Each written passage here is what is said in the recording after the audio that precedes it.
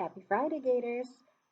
We have made it through our second week of distance learning, and I am really enjoying listening to your responses on Seesaw. I love being able to hear you read, and you are working so hard at becoming a better reader. Next week, we have our first full week, and it's just going to keep getting better from here. Today I have a story that I'd like to share to you. It's called Stand Tall, Molly Lou Mellon. This is one of my favorite books, and every year I always read it to my classes. So I'm going to share it with you today. As we read, I want you to think about the character traits of Molly Lou Mellon. We've talked a lot about character traits this week. So how would you describe Molly Lou Mellon's character in this story?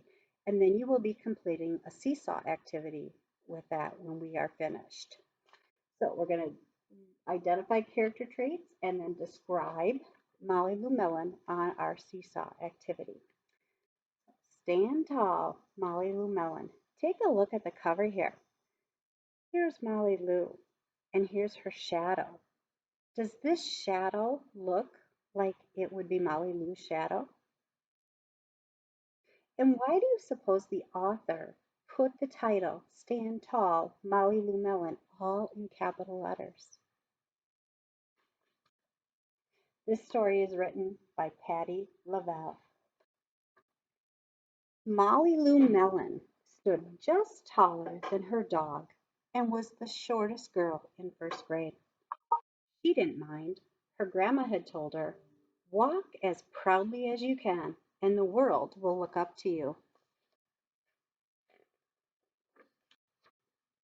So she did.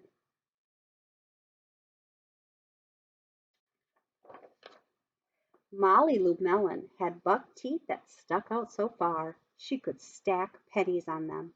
She didn't mind.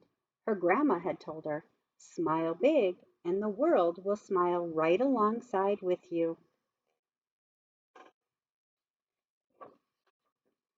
So she did.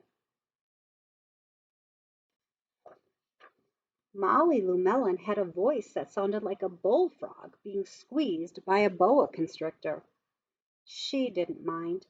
Her grandma had told her, "Sing out clear and strong, and the world will cry tears of joy."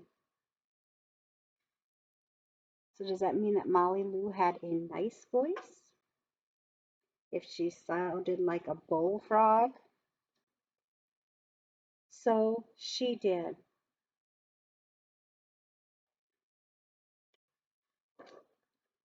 Molly Lou Mellon was often fumble-fingered. She didn't mind. Her grandma had told her, "Believe in yourself and the world will believe in you too." So if she was fumble-fingered, take a look at this. Here she is washing the dishes, and then what happens? So she wasn't very careful at getting the dishes back to the cupboard. They kind of fell down and broke. So she was kind of klutzy. So she did.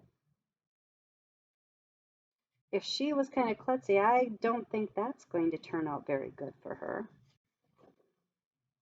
Then Molly Lou Mellon moved to a new town. She had to say goodbye to her grandma and all of her friends and start in a new school. On the first day of school, Ronald Durkin called her "Shrimpo" in gym class. When the game started, Molly Lou Mellon caught the football, ran under the legs of Ronald Durkin, and scored a touchdown. All the children thought, "Wow, she's good." And Donald Durkin felt very foolish. On the second day of school, Ronald Durkin called her "Bucky Tooth Beaver."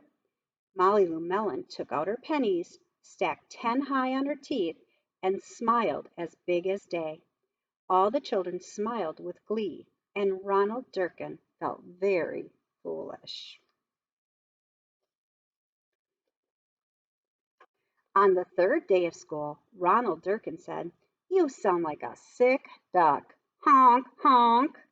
Molly Lou Mellon sang out a quack so clear and strong that it made Ronald Durkin somersault backwards, hit his head, and have to go to the nurse.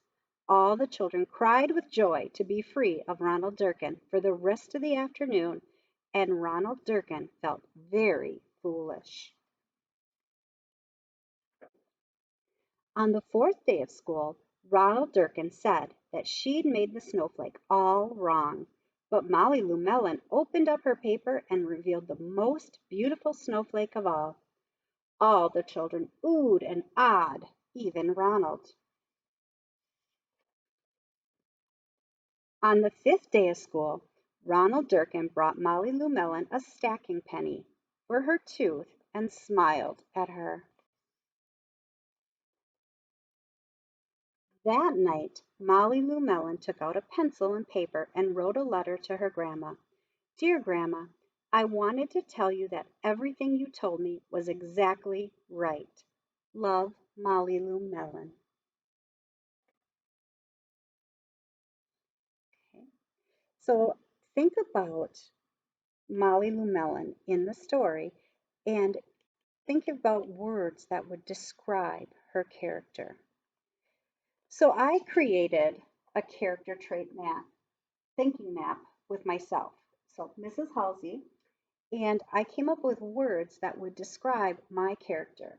I'm nice, excited, helpful, trustworthy, friendly, happy, and sensitive. So, boys and girls, I want you to go ahead and look at your seesaw activity and see if you can come up with words that describe Molly Lou Mellon, and you will type them in on the activity. Okay, that's all for now. We will see you again tomorrow and have a great afternoon.